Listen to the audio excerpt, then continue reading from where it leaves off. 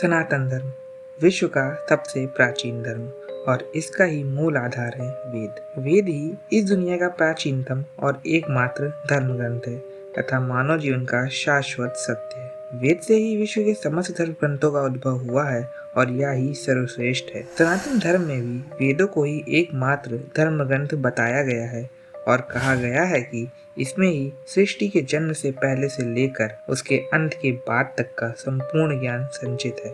तो आइए जानते हैं इन वेद ग्रंथों के उद्भव और उद्देश्य के बारे में जिनकी रचना स्वयं ब्रह्मा जी ने की है।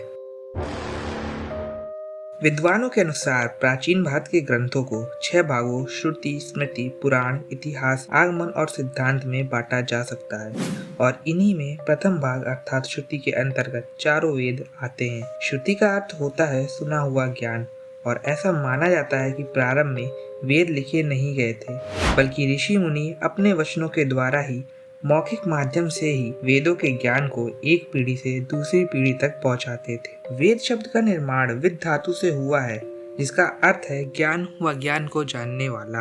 वास्तव में वेद वे ग्रंथ हैं जो मानव को जीवन के 4 लक्ष्यों अर्थात धर्म, अर्थ, काम व मोक्ष को प्राप्त करने का मार्ग प्रदर्शित करते हैं और जीवात्मा को जन्म मरण के चक्र से मुक्त करते हुए परमात्मा से उसका मेल कराते हैं।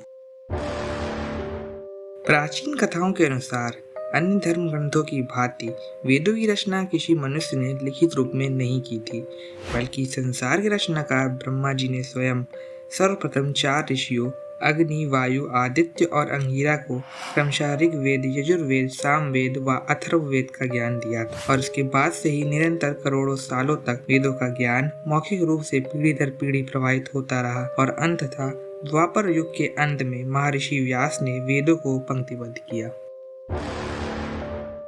ऋषि पतंजलि के अनुसार सृष्टि की उत्पत्ति से पहले कोई गुरु नहीं था, इसलिए भगवान ने ही वेदों का ज्ञान हमें प्रदान किया जिसे लगभग 1 अरब 96 करोड़ 8 लाख 53 हजार वर्ष पूर्व तक अर्थात महाभारत काल तक नहीं लिखा गया।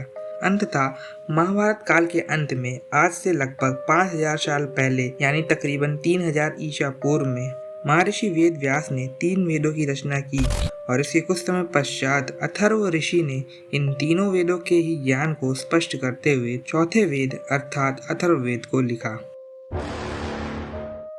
हिंदू धर्म में वेदों को अनादि और अपौरुषेय माना गया है। इनमें मानव की हर समस्या का समाधान है। वेदों में देवता, ब्रह्मांड, ज्योतिष, गणित, रसायन, औषधि, खगोल, भूगोल, इतिहास और आदि लगभग सभी विषयों से संबंधित ज्ञान भरा पड़ा है।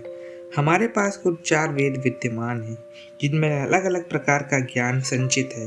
जैसे ऋग्वेद में देवताओं का वर्णन, ब्रह्मांड का ज्ञान, जबकि यजुर्वेद में कार्य, सामवेद में काम व उपासना तथा अथर्ववेद में धर्म से संबंधित ज्ञान है। इन चारों वेदों में प्रत्येक के 4 भाग अर्थात संहिता, ब्राह्मण, अर्णयक व उपनिषद है। इनमें उपनिषदों को वेदों का सार माना गया है और उपनिषदों का सार गीता को कहा गया है। इसके अतिरिक्त इन 4 वेदों में प्रत्येक के एक उपवेद अर्थात क्रमशः आयुर्वेद, धनुर्वेद, गांधर्व वेद तथा स्थापत्य वेद हैं और इनके 6 वेदांग भी बताए गए हैं जो शिक्षा, निरुक्त, व्याकरण, छंद, कल्प व ज्योतिष है और इन सभी के अध्ययन के बाद ही कोई मनुष्य वेदों में लिखे शाश्वत ज्ञान को प्राप्त कर मोक्ष की ओर बढ़ सकता है। अन्य पौराणिक और ऐतिहासिक ग्रंथों के समान वास्तविक वेद आज मौजूद नहीं है, परंतु वेदों की लगभग 28,000 पांडुलिपियां भारत में पुणे के भांडारकर ओरिएंटल रिसर्च इंस्टीट्यूट में रखी हुई हैं।